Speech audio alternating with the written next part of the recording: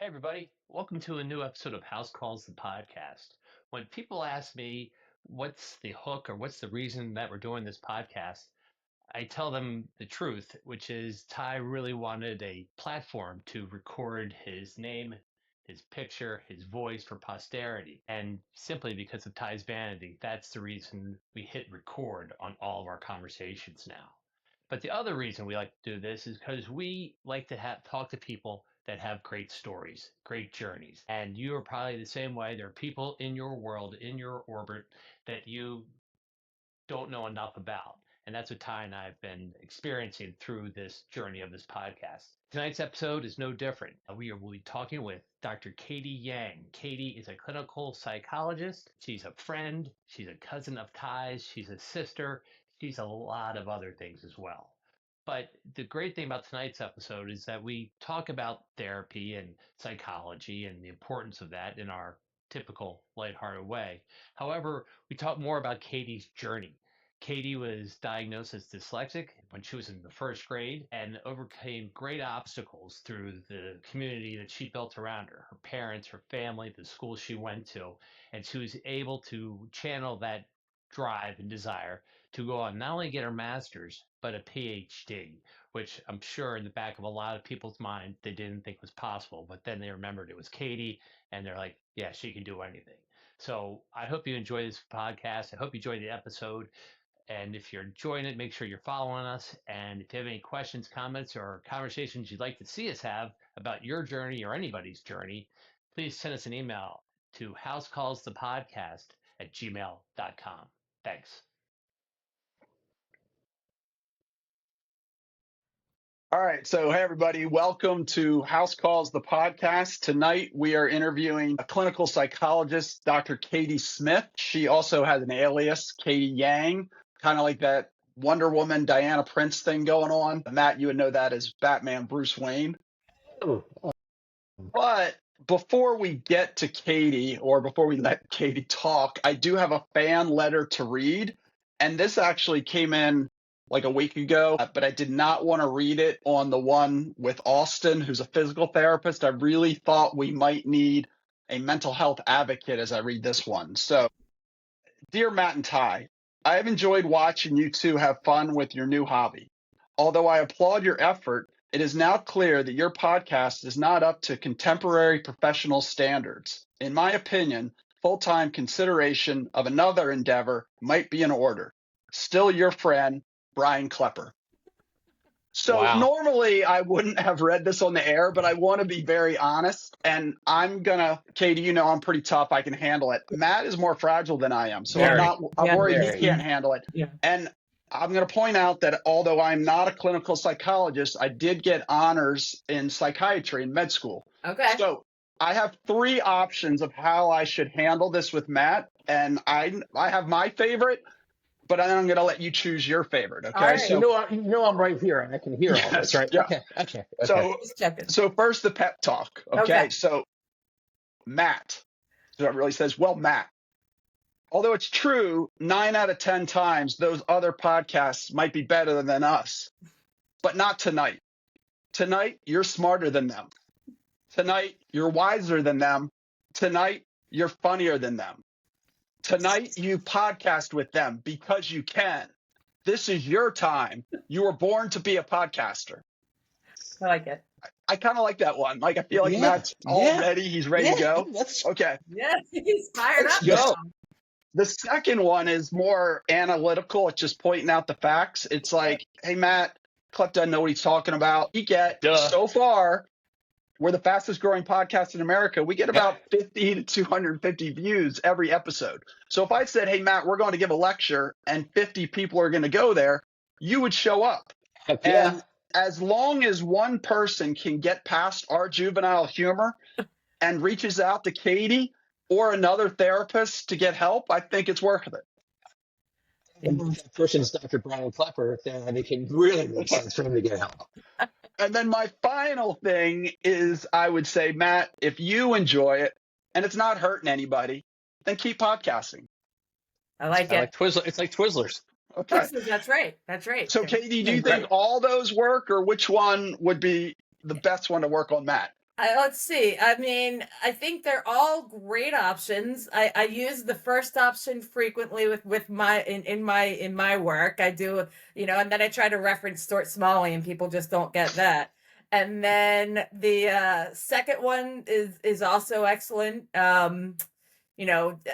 Now I forget what it was, but they were all excellent. They were all excellent. Katie, you are sweet and kind and smart, but let's be honest. First off, Klepper's an asshole, and he doesn't know what he's talking about. Obviously, his wife, who is a writer, wrote that letter, and actually, everybody involved in this, of everyone that needs some psychological help, it's Dr. House.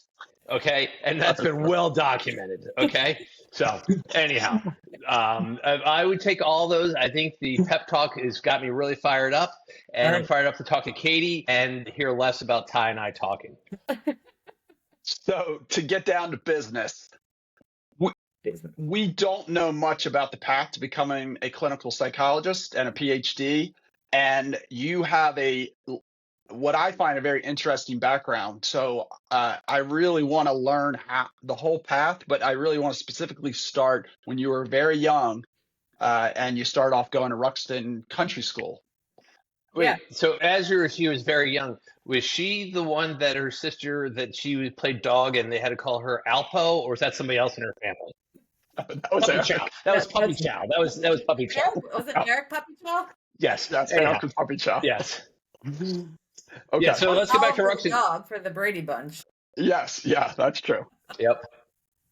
Yeah, so let's go back to Ruxton Country. Yep. Well, I'd like to say first, I listened to Ty, the podcast that's all about you, and you referenced the cousin that you dropped. So that would be me for everybody who wants to know.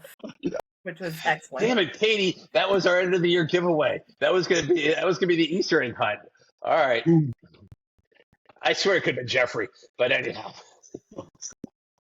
Well, after Ty dropped me, a year or two later, they figured out that I had dyslexia. No, that was in first grade. I was at Riderwood Elementary, and which was the local public school, and they figured out something was going on. They did some testing, and they were like, something's going on. We'll wait a couple years. My parents said, no, we're going to do some more in-depth testing and figure out a plan now. And that's when they did all the assessment, figured out I had dyslexia, and what was it? It was like other neuro, whatever, otherwise unspecified, which now we know was probably the ADHD. So after that, I went to a very small school called Ruxton Country School. There were 6 kids in my first grade. And then that was great for that more direct, like one-on-one learning. And it I think it was also a really good confidence booster. So when you're in first grade, they figure out you're dyslexic and AD. Well, it was other if I were to read over the thing, it was other neurocognitive disorder, otherwise unspecified. Got it. Okay. As an adult, I got tested again, trying to do GRE and stuff like that. And they saw some ADHD. Okay. Got it. Yep. And so I'm just thinking, this is what, 1973? When is this? Like in the 80s, 70s? Probably 83. I was born in 77. So talk about that. So you moved from a school with 30 kids in your class, where a lot of your friends are that you've been with forever. Now you're going to a very small, specific school with 6 kids. Yeah. I mean, what's that like? I mean, it was first grade, so I don't remember a lot of it. I just remember really enjoying the small school, loving the teachers, loving the kids that were in my class. And I mean, it was literally a school and a house. Right. So does Ruxton Country School still exist? I don't think so. Okay. They extended to middle school out off of Charles Road as part of a church somewhere, and then I think it disbanded sometime after that. So once you graduated from there, what was the choice as far as, I believe the school back then was Genesee, correct? Versus going to Maryvale, which was more traditional. Yeah, I mean, as far as I remember, we were trying to do. My mom and sister went to Notre Dame. My grandmother, all of those aunts, everybody went to Notre Dame. Maryvale was a smaller option from Notre Dame, and again, small classes. I graduated a high school class of 27, so it was just the smaller option of the girls' Catholic school, and that was what we kind of decided on. Right. And you had confidence now because, you knew, what to do. But was that a hard transition? I mean, 27 is still more than 6. Sure. Is that right? Is that right? Yeah. Yeah. Okay. I All right. think if you carry the Yeah. one, yeah. But so along the way, you learn what's the best way for Katie to study, to learn, and to absorb and to interact. So that's obviously it's taking you everywhere. Yeah, it does. And I think I was really lucky in that, my parents could, afford to send me to a school where I could get the services that I needed. Yep. But they also had the wherewithal to say, all right, we're not going to wait another 2 years just to see how she does in 3rd grade. We're going to do this now. And I think that and all of the accommodations that I've received along the way, I mean, people have kind of two thoughts, like we don't want to label a kid, but at the same time, those labels get you the accommodations that get you through school. Right. And there's pluses and minuses of both, right? The label, Ty, one of the questions that you kind of wrote in your email was, how did that impact me moving forward? Did I see it as a block, having dyslexia? And I think at some point it did. It kind of held me up from wanting to do what I'm doing now, but eventually I got there. It held you up. What you thought? Like it there's held a me up stigmatism. because of my mental block. Like, Gotcha. Gotcha. Yep. in college, that I found this thing that I thought was awesome in psychology. I was like, I love it, but you can't do anything with it unless you get a doctorate or a master's. And I was like, oh, I'm not doing any more school. I'm not smart enough for that. So that's where So many people do that, where they're interested in psychology and then they stop because of the school. And that's where I was getting at that point, is that if you have dyslexia, I would think that maybe at a young age you would kind of cross some of those things off your list, like be like med school, no, law school, no, because it's so much reading. And so that's where I think it's really interesting that you took the leap and said, I can do this. But also you were writing a lot, even young. I feel like in your 20s, you were writing poetry or letters or pretty impressive things. So what was the path to get over that? Poetry or letters? What? She's like, write thank you notes, and you're like, oh my God. Katie was always writing things for things. That was because you almost if you had to spend so much time to get over the original hump, it didn't come easily to you. So then that forced you to become better at it.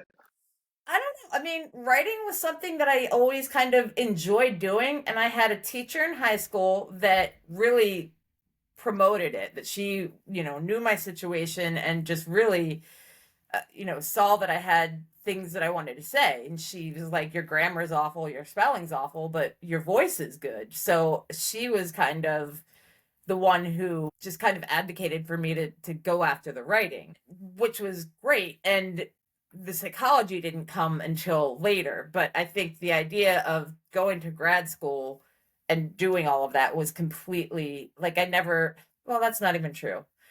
As a little kid, I grew up wanting to be an orthopedic surgeon. I thought what you and your dad did was the coolest thing ever, like wrapping casts. Until I wasn't an orthopedic surgeon yet. I'm not that much older than you. I know that. Yeah. But I thought what your dad did was very cool, like casts or whatever. But once I got to biology 101, Katie, your dad was a baker. Your dad was a baker. That's pretty cool too. Not as cool as putting casts on people. So despite the kind of the label, I do want to make it clear that accommodations usually means extra time. It doesn't mean you're getting free answers or things like that. Yeah, absolutely. So did that have any impact on what college you chose? Yes, 100%. I knew that I ended up going to Washington College, and that's again another very small school. But it they had, when I was interviewing schools. Yeah, they fit my needs. Exactly. They would provide accommodations. And it's something that I talk to people about all the time too, that I work with, is that you have to ask for the accommodations, especially when you get into college and grad school. They're not just going to come up to you and say, what do you need? You have to go and ask for it. First day of class, go up to professors and get those accommodations. So you've got this confidence now. Were you able to be an advocate for yourself? Every semester, every step class, of the way. Yep. I love first day of class, of any class, go up and say, here's my letter. You had to get a new letter every semester, and just say, all right, this is what I need. And they work. I mean, what a great strength that is. Yeah. That really is a strength to be able to ask for help or, Absolutely. hey, this is what I need. So I think that's pretty impressive. Yeah. How do you coach your clients to do that in this day and age where sometimes the mom and dad march in and want to do everything, and that could be really counterproductive because at some point you need to advocate for yourself? Yeah, I mean, I do. I have a lot of conversations with parents about, this is something that's going to help your child grow and be independent. And eventually they're not going to live under your wings. So this is a step that they can take to help kind of find that independence. It's that. And it's, that conversation that I have with parents. And I have parents with conversations about your kid also has to fail to figure out how they're going to, you can't protect them from everything. Yeah. Did you have any like early mentors, high school, college, or before, or people with dyslexia that you looked up to and said, kind of the person who was like, you can be whatever you want to be? Well, my dad was definitely like my biggest cheerleader. I think and this happens a lot, when I was diagnosed, something like matched in my dad's head. He's like, that's what was wrong with me. Like, that's what was going on with me. They didn't have that kind of diagnosis when he was a kid. So ever since then, he was just and I think he did it for all four of us, but it was, there's no such word as can't, and there are no problems, only opportunities, and all of that kind of stuff. And you can do anything you want to do. And then with me, because we both had this learning disability, he was like, you and me, we've got the street smarts. We can do it. We're smart enough. And so he was definitely a huge cheerleader in that sense. And he was very successful in the business world. So you're sitting there looking at somebody who had success, who didn't have those programs that you had. Right. He just had to fight his way through school. Yeah. Yeah. So his way through school, you make it sound like he was a bare knuckle brawler, like he was a greaser, and he was having like gang fights out behind Polly. What I meant was I don't think when he was in school there was respect for learning differences, and it was basically like you just had to do the best you could. You do the best you can. Absolutely, and he did. Like, you're lazy, right, and stuff like that. Yeah. So yeah. So then, what happened after college? So after college, I knew, like I said, the only real path for a psychology major was grad school, and I didn't want to do that. I was like, I'm not going to do well. SATs were hard enough. The GREs are going to be a disaster. So my biggest goal after college was I wanted to move to New York. So I did that, and I got a job with a family friend in the business world. I had a business minor. My dad did say, psychology is great, but get a business minor. So I did that, got a corporate job working in New York with a family friend. And that was great for about a year and a half, then moved back to Baltimore. And what I found out, what I was doing with that job and when I moved back to Baltimore was executive search. So I was kind of like a headhunter, like, trying to find people to find positions for companies and things like that. And I was not a huge fan of that, except for when I was talking to people and like interviewing them or getting background checks and finding out about them. It's like, oh, I like that part. And then I went from there to figuring out, I like helping people. I like talking to people. So I went to Leukemia Lymphoma Society. My mom is a lymphoma survivor, and she was a volunteer there, and they had this position open up. So I went there so I could help people. And then from there, I was there for about 5 years. And that started all the walking ideas for me, because I had to walking all over the place for lymphoma. With holding up a balloon and I did it all. Yep. So then what was the big switch to say, okay, time to get a PhD? There were a couple of things. One is, again, that helping people. Like, my job was very much like cat. Oh, cool. And this is the pet challenge month. Get that cat back up here. Right. Yeah. Oh my God. See the way she went back? She went low to high. That was a good thought. Yeah. But yeah, I liked helping people, talking to people who were dealing with all of this. I was coordinating events, but at the end of the event, I'd get phone calls from people, or during, I'm always talking to survivors or people who had lost somebody. And I liked that part of it, the connecting with the people part of it. I also had a boss that I was not a fan of that kind of was like, all right, now's the time. So that kind of pushed me out too. But really it was the talking with people. And then there was another piece to it where, back to the learning disabilities, kids who are, have to undergo a lot of cancer treatment, end up having what looks like a lot of learning disabilities when they have it very young. The treatment can cause, I don't know if that's the right word, but they can end up having difficulty learning, cognitive troubles. So I wanted to kind of lean into that a little bit, and that's what I ended up doing my dissertation on. But that was also another kind of lead back into psychology and testing for learning disabilities. Like, it all kind of came together in that sense. So you've got this, so it all kind of comes together at the time. You've got a support system of your family who's saying, so did you talk to anybody saying, hey, this is what I'm thinking about doing? I'm thinking about going to grad school. I'm thinking about making that leap and getting the GRE and everything like that. Yeah. What do you think? Or how, what was that next step like? That was me doing a lot of research. I went back and got tested. You have to get tested every so often to get accommodations. So I went back to get more testing done so I could get accommodations for the GRE, which I ended up not getting, and that was a long story. But I was so terrified of the GRE, and I forget who it was that I spoke to. Maybe it was a college professor, but they were like, there are programs out there that don't look at the GRE, that you don't have to get a GRE. So I found those programs. I knew that I wanted to travel. I wanted to go. I had a couple of destinations in mind, one of which was California. And I found a program, Pepperdine, where I could get my master's, and they weren't looking for a GRE.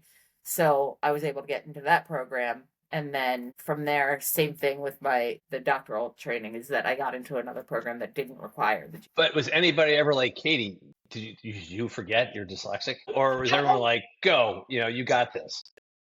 I don't think anybody said you forget you're dyslexic, or I don't think anybody said like you can't do it. I think it was my own internal, like, I can't do the GRE. Like, I'm terrible at testing. Right. But I don't think there was anybody out there that was saying, I don't know, this is the right path for you. So in the therapy world, what can you do with a master's? Like, what can you do with a college degree? So a bachelor's, what can you do with a master's? What can you do with a PhD? Yeah. So college degree in psychology can't do much, honestly. I was trying to find jobs like in HR or something kind of people oriented, and I never ended up there. And master's, you can do counseling, just kind of straight up counseling. With a doctorate, you can do more of the assessment and testing. Do you have to get a master's before you get a PhD? You don't have to. And actually, I could have done it in a much cheaper way. I could have done it master's en route. So I went 2 years and I got my master's, and then I went and did the 5-year doctoral program. But I could have done it. So you could have combined it. Yeah, exactly. And then where did you do your doctoral program? It was called the American School of Professional Psychology at Argosy University. There it is. For anybody who wants to know a PhD, who wants to get a PhD in psychology, I do want to paint the picture for them. So for most people, when you go to school to get a doctorate, it's not like college where you're on a campus and you're playing intramural sports. Like, what does it look like for the typical PhD student? Is it online? Are you sitting in a lecture? How does it work? Well, first of all, you keep and I have a PsyD, which is similar to a PhD. It's a doctorate of psychology, but it's more clinical focused. A PhD is more research focused. Okay. But anyway, I'm still Dr. Smith or whatever. Still doctor. It takes a long time to get it. You still sit at my end of the Thanksgiving table. That's right. We still sit in the doctor section. Yeah. So it's not at all like college. It's a lot more adults, if you will, and it's just you're going to classes most full time. I couldn't work. I tried to work my first semester. I worked at Charm City Run my first semester, and I couldn't do it. It's full-time school, full-time classes. But there club stuff or interest groups that you can join, but it's not like there's a football team or anything like that. One thing that I found really interesting about grad school was that everybody's there intentionally, and everybody's got a lot more passion for it than college. College kids are kind of floating in. They're not always taking it seriously. Right. But everybody in master's and higher level graduate school, they're there. They want to be there. Interested. Yeah. They want to be there, which was awesome. So how old were you when you started the PhD? What is it again? PsyD. How old were you when you started? How old were you when you finished? She's a lady. You'd never I know, but there is clinical relevance to this question, because really what I want to get into is late bloomers. Yeah. So Get up. I started in 2012. I think I was 33 when I started my master's, which would have made me 35 when I started the doctoral. So about 40 when I graduated. So yeah, that's actually right. Yeah, I was 40 when I graduated. So how do you relate that to, say, clients who, I feel like people just feel like they need to know what they're doing by the time they're 20 now, and it's a lot of pressure. And I feel like examples of people who love what they do, but they didn't start doing it till they're later, are helpful for everybody. But my question is, there's such a wide spectrum, but how did you focus that you wanted to talk to teens? I like teens. I mean, I know that they're challenging, and it's always hard when you have clients that don't necessarily want to be there, which I think is a lot of Right. teens. But there's also, like, you can joke around with teens, I feel like, sometimes more than with adults. And it's more kind of laid back conversation. I think adults tend to want you to be, and when I talk to folks, I don't use a lot of like jargon and things like that. And I think teens appreciate that a lot Sure. more than adults. Okay, then Ty's question. Then how do you tell these kids that it's okay? You don't need to figure out everything that you're 20. You better figure out your path to your career and one job for 50 years. Like, Yeah. how do you open them up to being a late bloomer? A lot of times I'll share my story. As a psychologist, the general rule is you don't share a lot of personal information unless it's in service of the client. And if I'm talking to a client who's like, I got to figure it out and I got to have this career or whatever, I will tell them my story. Look, I didn't figure this out until later, and it's okay. But I also, there's the idea of being in one career your entire life, which is not exactly the path as much as it was with like our parents. Right. So I talk about that a little bit too. I talk about, you have to kind of have passion for what you do. And if this, you want to start working and doing things, you can't just kind of sit around in your parents' basement and play video games. It's okay to foul one off, a couple off, until you find it. So yeah, there's no right or wrong way to get to your passion, but just get there. Just keep moving forward. Yeah. Agreed. It's interesting now because I've been in a couple conversations where it's all about, to get a good job, you have to have an internship in your junior year, and you get an internship in your junior year, you have to apply for it in your sophomore year. And I've been a practicing doctor for 25 years. I started getting nervous. I started being like, oh my God, this sounds awful. So like, I like people to know that not everybody gets an internship their junior year and is doing that same job 30 years later. And if you don't get that internship, it's all downhill from there. There's a lot of options out there in life. Absolutely. And you're a perfect example of it. Yeah. And I tell people all the time, once you're out of school, and this is more for the kids with the like pressure, I have to get the great grade, so I get the great internship. But once you graduate, nobody's gonna, and I say this to my patients, I was like, have you ever once asked me what my grades were, like in grad school or high school or college or anything like that? And the teenagers were like, no, I guess I never have. And I was like, it matters to get into the school, but even if you don't get the name brand school or the name or, all of the best things in the world, you're still going to get there and you can be successful. You don't have to make it, be all. No, that makes sense, Katie. And I'm going to save that clip and share it with your daughters when it's time. When Matt came on board with House Calls the podcast, I never told him that I got a C in public speaking. Yeah. And actually had a fear of public speaking for a long time. I never told him that. He didn't ask. Yeah. Because you never shut up. I had no idea. I wish you had too much confidence in public speaking. I wish you tried being a mime for a little bit. Yeah. So now to switch gears a little bit. So you're a practicing clinical psychologist. And in this day and age, a lot of people say that everybody would benefit from some therapy. And that can sometimes mean because everybody has some trauma maybe that was unrecognized. Others, it's just they want to be the best they can be. And we joke about it, that I need therapy, and I probably do need therapy. But on a serious note, what do you think about just that concept? Everybody needs therapy. Like who really needs to be thinking about it versus who should talk to a trusted parent or friend versus who really needs clinical psychology? Yeah. Big topic and serious topic. Yeah, and but we'll still have fun with it.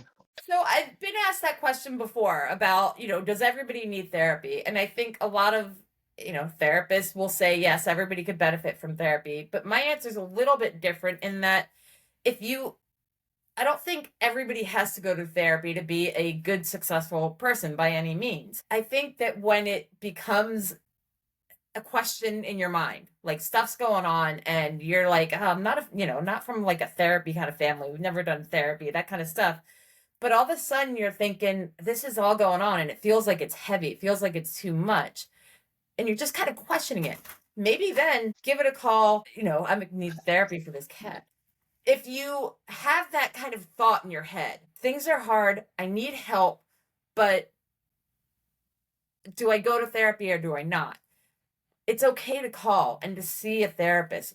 The research out there, as it started, there was a study back in the 70s that was basically saying it doesn't matter what therapy you go to, but therapy does help. And the same study has been replicated hundreds and thousands of times. Going to therapy helps. So if you're wondering, should I do it? Give it a try. It's not going to hurt you. The difference between, do I talk to a trusted friend or a life coach and things like that? One other thing that I talk to people about all the time is the beauty of therapy is I am legally bound to say nothing to anyone. I cannot talk to anybody. When we're talking one-on-one like this, I don't know your mom, your dad, whoever it is you're talking about. I am somebody who is a blank screen, who comes in with a lot of education of research and resources and things like that I can offer, that sometimes a friend says, fuck them, they're just assholes. And that's not going to do anything for you in terms of moving forward and making, helping to make the right decisions and things like that. And again, same kind of thing. Life coaches are great, but you can see a life coach sitting at the coffee shop. There's no rules or anything about that.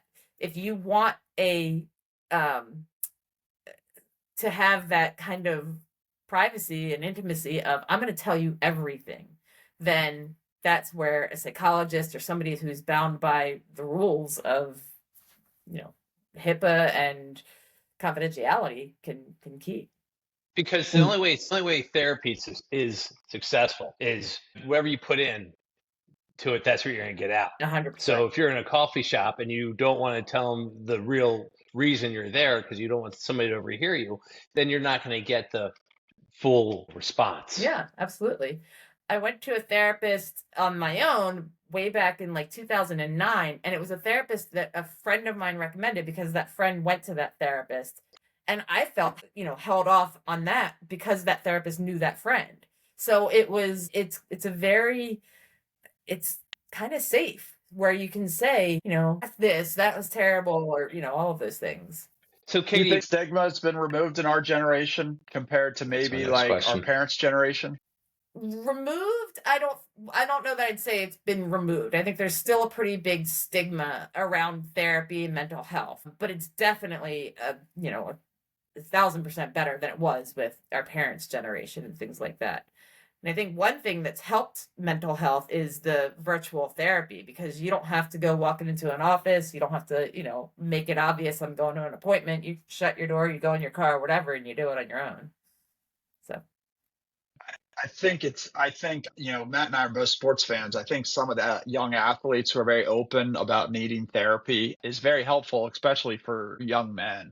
It kind of removes the macho part of it. Like, absolutely. if that guy goes to therapy, then, it's great. What's the role? Like, can kids, teenagers, young adults, if they want their parents to maybe fill in some of the history, is that ever a part of that? Yeah. A lot of times when I see children or especially teens, I'll have like a first session, my intake session, and I'll include the parents for at least half of that session to get milestones and, any other history that the kid may not be aware of or even remember, or family history. Yeah. So Ty, why are you afraid of therapy? First of all, I don't want to make light of anybody going to therapy, but I think I'm in that age where you kind of just muscled through. And I do think there's things that therapy would have benefited me from, where sometimes I figure out something on my own or something with Anne, and I'm like, well, this would have been easier if I figured it out 30 years ago, Mm-hmm. Even, like we have dyslexia in our family. Mm-hmm. Dyslexia is a scale. I was definitely a late talker, a late reader. And even that, I mean, I definitely did not think of myself young as smart as other kids because I did not write as well and I did not speak as well. And it was more of a hard work will solve everything kind of attitude. Mm-hmm. And it would have been nice to have somebody be like, your brain does not fully develop until you're 25 and, keep reading, you'll get there. Like those things, might have been nice, and it wasn't anything my parents did wrong. They were very much, you can be whatever you want to be. Right. But I definitely noticed when I got A's in math and science and low C's in English and Spanish. Yeah. Yeah. But, for somebody who has been to therapy, throughout their life in various stages has got nothing but benefits out of it. Yeah. There's just, as Katie said, the anonymity part of it, the blank canvas, to be able to share and not be judged, Mm-hmm. not be questioned, not to, not or try to solve it. Mm-hmm. The ability to have this an open dialogue and communication, it's everything. So I'm a huge proponent of it, and I tease you about it, but it's a huge proponent. Yeah. I think that there's also a thought of it's in my head, whatever it is, the thing, and because it's in my head, I can solve it. And I always tell people, like, if it's your heart, it's in your body. You can't solve that without a doctor going in there and tying it up. So it's not, and I think that's part of the stigma with mental health is it's something that I should be able to solve because I can think and I can be a rational person. But a lot of times there's more to it than the work that I do a lot of cognitive behavioral therapy where it's, let's think about the way that you're thinking, because there's a different way that we can think about it and things like that. So I do a lot of reading, and I do have an interest in psychology. Yeah. And I've also had an interest in philosophy, and I've also had an interest in like comparative religions. And some of these concepts have been around for 2,000, 2,500 years. And it's fascinating how a lot of ways they all link together. Mm-hmm. A lot of, and even if you read some philosophy or some psychology and then you compare it to what some of the great religious figures have said, and you read it from that angle, you're like, that's basically talking about the mind, and it's fascinating how it all links together. Just one simple orthopedic surgeon's opinion. No, definitely. There's a lot of, in studying psychology, you do read about some philosophy and there's talk of where it comes from and religion and all the different things that add into it. But it's fascinating. I mean, I find it fascinating. But what I find fascinating about that is that, as Ty said, it's 2,500 years ago, but it still resonates today. Yeah. Like the concepts and things like, oh, I can see that in today's society. So, it holds up. Absolutely. And it's a lot of just even the mindfulness concepts of realizing that is your mood based on what is out there, or is the mood based on what is going on in your head? Yeah. I do a lot of mindfulness work, and that's a part of, it's part of CBT. It's also a part of acceptance and commitment therapy ACT, which is something else that I do, which is basically just that. It's accepting that you have these emotions and being able to kind of commit to moving forward with what you're dealing with. And there's a lot of mindfulness in that because it's about trying to bring yourself down and accept, yes, I feel frustrated. This is part of the human condition. Frustration is a typical emotion. And then where do we go from that to move forward with whatever it is I need to move forward with? Can you mention the importance of finding the right therapist? Because you hate for somebody who needs a therapist to basically not like the first one. And there is a personality alignment, the way there is with any healthcare provider. Yeah. Therapy maybe even and more so. Yeah. I talk at my intake appointment with every single person I meet. I say therapy is a relationship, and all relationships are some people get along, some people don't. And my goal is to help you.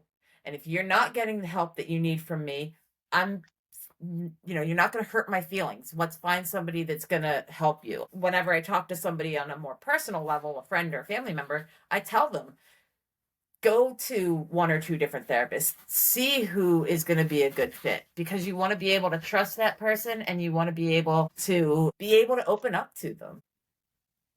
So one of the other things, and I've brought this up with some other healthcare providers, is that some of the academic obstacles to become a healthcare provider have become so high that I worry that some people who basically have the right personality and demeanor and skill set might be left behind, and that we need to focus more on some of those things. So like if I was a therapist, if I was going to therapy, you kind of have that laid back personality, intelligence, empathetic.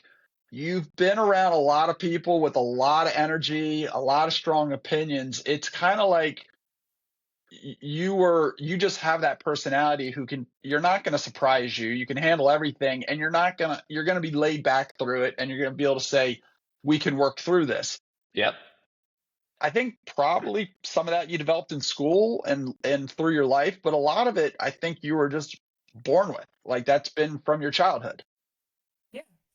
No, I think you're right. There's a lot of, it goes back to what I was talking about before with, the grades and all of that kind of stuff. But it got you where you are today. It got me where I am today. And I think, I'm very grateful for the schools that I applied to, because they weren't so focused on just the numbers of the GRE and the things like that. They did the interviews and we had the conversations, and they looked at things outside of just that GRE number. And I was very grateful to be able to find that. And I think that's an important thing too. Piggybacking off of what Ty was saying about your personality and the way you communicate and the way you draw people in, just knowing you the way I know you as well, I think what got you here today was, again, your parents were advocates for you. Mm-hmm. You learned to become an advocate for yourself. Right. And you had a community around you that supported you in your whole life. That wasn't, don't do that, Katie, but didn't need to be like, rah, rah, Katie. Like, it's Katie. She'll figure this out on her own. And she did. And she found the right schools and did, the right classwork and did the right stuff. And so you have this great foundation that as you're going through it, you don't realize that you have this great foundation until you look in the rearview mirror and like, holy cow, I got where I am today because of all these little steps along the way. And that's why it's a journey to get you where you are. And you're one of my favorite journeys I've ever seen. So now we're inspired. It's Steve Perry's my favorite singer from Journey. This one. Can we mention the role of fitness in your life? Because you've always been a fit person. You've always worked out. And how do we align that with mental health? And how do you try to preach that to your clients? I do a lot of talking about the physical part of things with my patients too. In my life, it's a really important aspect, right? I make sure that I get out and I work out and I put a lot of effort into being physically healthy. I think that part of it, it helps my ADHD. If I am able to get up and work out in the morning, I can focus better. And it's my mental health, because the more that I do, the better I feel. So I preach that to my patients all the time as well, whether they're depressed or anxious, if they're going through, even just something terribly traumatic, the instinct is to roll up and crawl in bed. But things like depression, and the conversation I always have is it's a spiral. You don't feel good, so you do nothing. So I feel bad, so I stay inside, and that's just the negative spiral. You have to interrupt that spiral and get out. And even if it's just go out for a 10-minute walk, do something. You have to get yourself moving. And I think to that, Katie, I think that's why they say people with dogs are generally more happy or happier, because they get out and they walk the dog and they see the same person walking the dog. Yeah. And, not that they're best friends, but there's this acknowledgement and you're out and you're moving. Yeah. 100% agree. No, it's huge. And I'm constantly talking to the people that I work with about So how do you fitness. get a teenager to make that leap? Like you said, they don't want to move because they're depressed and they haven't built the habit. And once you build the habit, it's like hard to turn it off. It's hard not, it changes. It's something you almost like you just have to do to feel like yourself. But it's really hard to start for a lot of people. Like, do you just tell them to start simple, like just go for a walk? Yeah, I start really simple. Like if it depends on the person, but if it's just get up and go get your mail, which is not all like Sherwood where that's a half-mile walk, but it's, Yeah. it's get up and just do the smallest thing. Do it and that's very cognitive behavioral health. It's very measured. Like get up twice this week and go for a 5-minute walk. And then next week we're going to bump it up to a 6-minute walk. Things like that. And it's also about enjoying it. I have a lot of people who come in the office and say, all right, doc, I'm listening to what you're saying. I'm going to go out and I'm going to start running. That's great. Do you like to run? No. Well, this isn't going to go very far, right? Yeah. So it's finding the thing that you enjoy as well. So that was one of the reasons for the walking challenge, was because the 2 miles you walk is better than the 4 miles you don't run. And Yeah. with walking, you could be a musician and listen to music. You could like Mhm. podcasts. You could like murder mysteries and listen to those. You could walk with friends. You could walk with your parent, whatever it is. But it's important to get kids who aren't interested in sports moving, because the Yeah. kids who are interested in sports, they're going to be moving anyway. They're going to practice and all that stuff. But Yeah. walking is the first step for kids who aren't interested in sports. Yeah.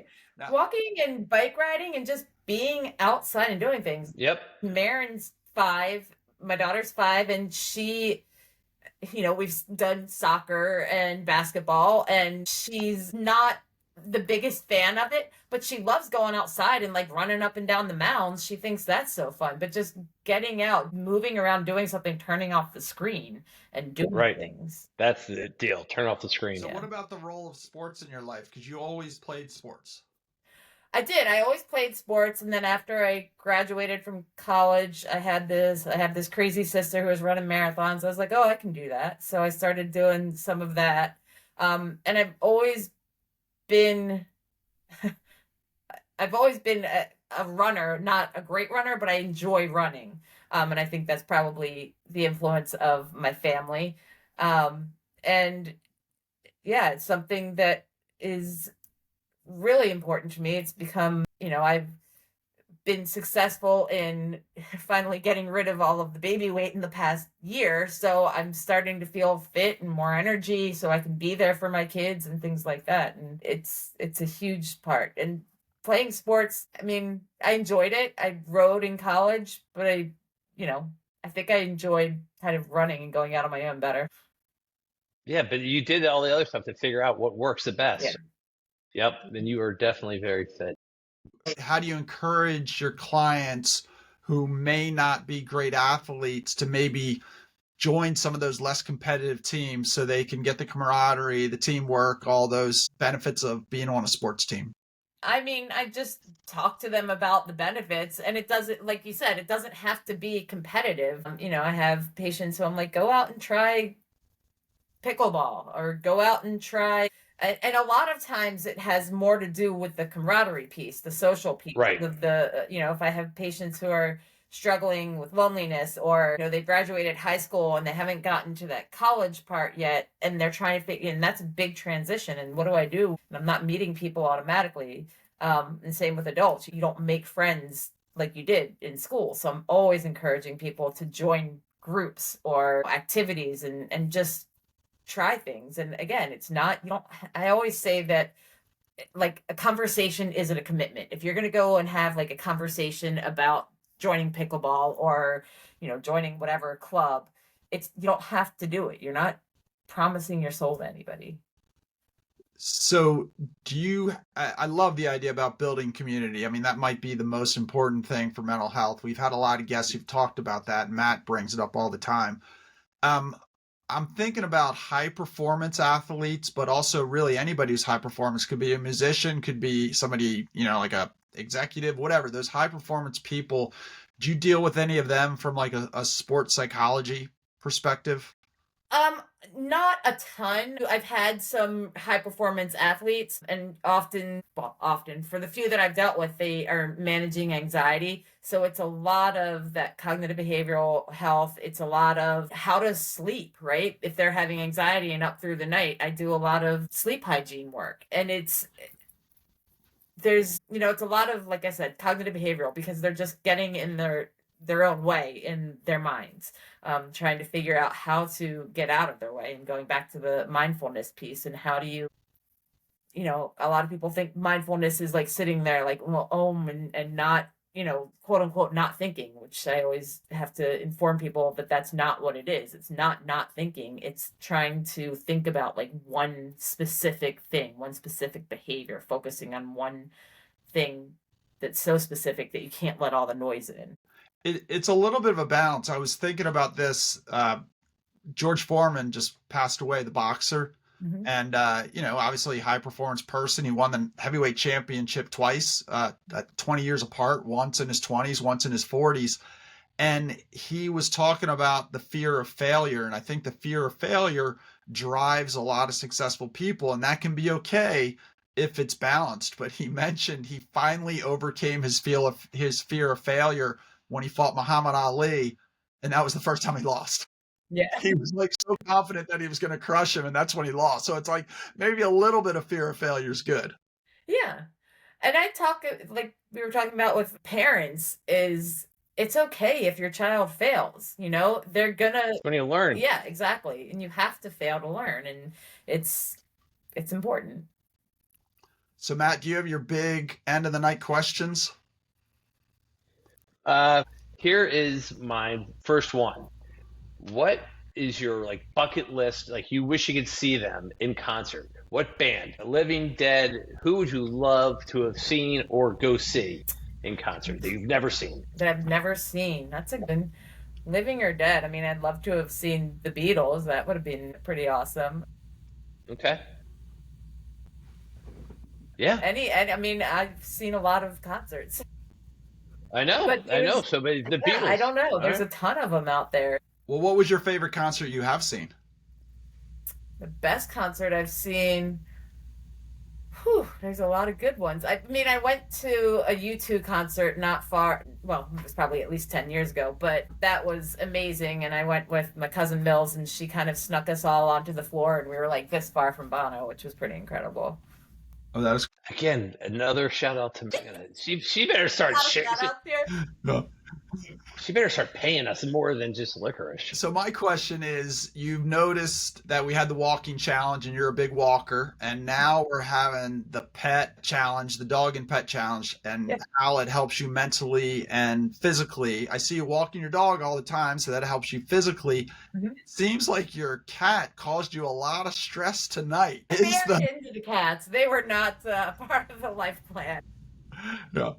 And Katie's wife is a veterinarian, Matt. That's why there's a farm going on over there. I just thought she lived in some Dr. It's not that she doesn't like cats. She just can't finish a whole one by herself. She has to share it with somebody else. It's always one in the book. Look at how happy he is. So is the cat a stress relief? He can be. Okay. Dogs, right. And I love sometimes I love having the Zoom for therapy, because you can see, like, I'll have patients getting so upset and their dogs will like come up to them because they're know when something's going on. That's awesome. That's good. And then can you leave us with your most influential book or movie scene or anything like that? Oh boy. I should listen to your podcast and plan for these questions. No, I'm just kidding. No, I knew these questions were coming and I didn't think about it. Most influential book or movie scene? I wish I loved a movie as much as Ty loves Rocky, that I could just bring it out. I don't know. Daniel-san in The Karate Kick was, of course, very influential in my life. But... And then your greatest regret is your greatest regret that you never started a tennis team after all the years of me mentoring you? Because I did notice there was recently a thing where it's published and it said, what are your hobbies? And your number one hobby was tennis. So after literally, I've been encouraging you since probably the age of 10 to start a tennis team. It was like a dagger to the heart. Yes, that is my number one regret. And, maybe for my 50th, I'll start a tennis team for you. Okay. And I remember helping you with your golf swing. You had a great golf swing. I don't see you playing golf anymore. Maybe it's us. I don't know. It's not you all. It might have something to do with the tiny humans. Yeah. She did have the tiny humans on the tennis court, so probably this summer you can get them on the golf court. Yes. All right. Yes. All right. Yeah. All right. I'll play. We'll make it happen. All right. Katie, you're the best. Thanks so much for sharing some of your time. And it's a great journey, and I think people that do listen, unlike yourself, are going to get a lot out of this. And I'm excited to finally understand why I have to call you doctor. I had no idea. No, it's an honor to be here. I appreciate it. Perfect. Right. You're the best. Thanks, Katie. Oh, it's going to be long time. Good luck with all that. Good night. All right.